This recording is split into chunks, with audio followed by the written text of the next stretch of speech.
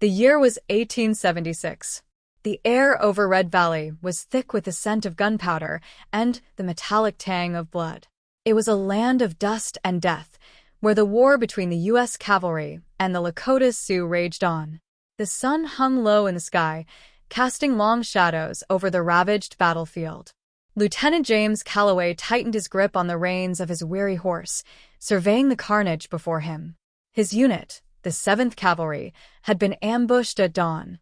The Lakota warriors, led by the formidable war chief, Running Fox, had struck with precision, using the valley's natural ridges to their advantage.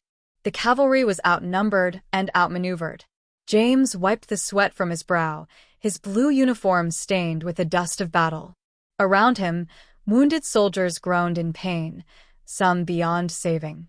He knew their only chance of survival was to regroup and fight their way to the northern ridge, where reinforcements were expected to arrive by nightfall.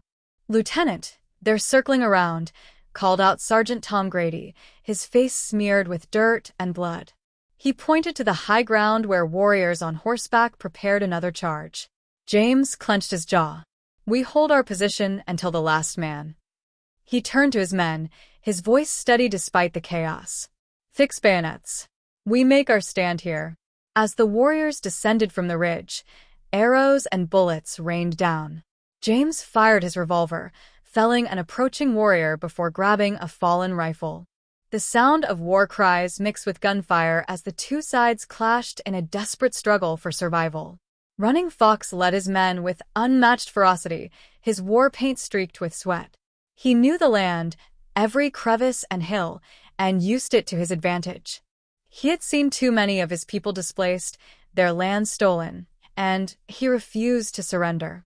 James locked eyes with Running Fox for a brief moment, understanding the warrior's fury. This was his home, his people's fight for survival. But James had his own duty, his own men to protect. The battle raged on for hours, with neither side willing to back down. Smoke and dust clouded the valley as the wounded cried out in agony. James fought with a mixture of desperation and discipline, knowing that every moment counted. His revolver was empty, and his sword was slick with blood. He barely noticed the deep cut on his arm or the ache in his legs from fighting for so long. Across the battlefield, Running Fox moved like a shadow, striking and vanishing before the cavalry could react. He fought not just with weapons, but with his knowledge of the land.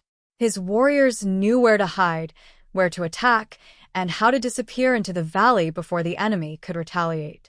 A sudden explosion sent James tumbling backward. A Lakota warrior had hurled a lit powder keg toward the cavalry's defensive line, causing a fiery eruption that sent men and horses sprawling. James struggled to his feet, ears ringing. Around him, the valley was chaos. The cavalry's formation was breaking. "Lieutenant, we can't hold much longer," Grady shouted, blood seeping from a wound in his leg. James gritted his teeth. "We have to make it to the northern ridge. Form up. We move on my command." As he prepared to give the order, a figure loomed before him. Running Fox. The war chief stood tall, his chest heaving, his tomahawk glinting with fresh blood. For a moment, the battlefield seemed to fade away. The two men, leaders of their respective sides, stared at one another. There was no hatred in Running Fox's eyes, only determination. He had fought too long, seen too many of his people fall, and he knew this war would never truly end. James raised his sword, and Running Fox lifted his tomahawk. The battle between the two warriors had begun. They clashed with brutal force, their weapons ringing out in the chaos. James swung his sword in a downward arc, but Running Fox dodged and retaliated with a swift strike of his tomahawk.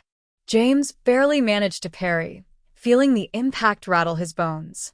Around them, the battle continued. Soldiers and warriors fell alike, their cries drowned by the roar of gunfire and the clash of steel.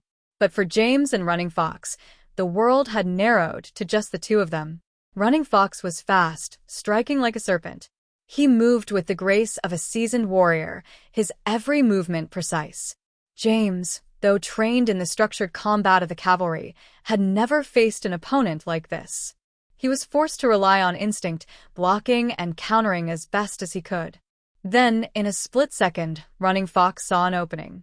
He feinted to the left before swinging his tomahawk low, striking James's leg.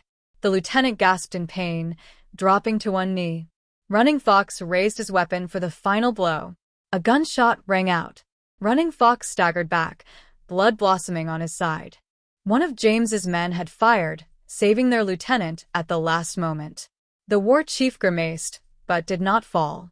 Instead, he locked eyes with James one last time before turning and disappearing into the smoke. The sound of distant bugles rang through the valley. Reinforcements had arrived. The remaining Lakota warriors, realizing they were now outnumbered, began to retreat into the hills.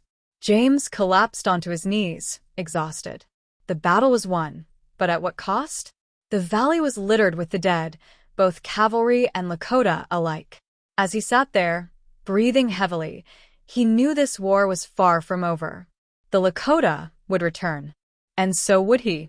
In the distance, Running Fox watched from the shadows, gripping his wounded side. He had survived, but he knew the fight was not yet finished. He would not rest until his people's land was safe once more.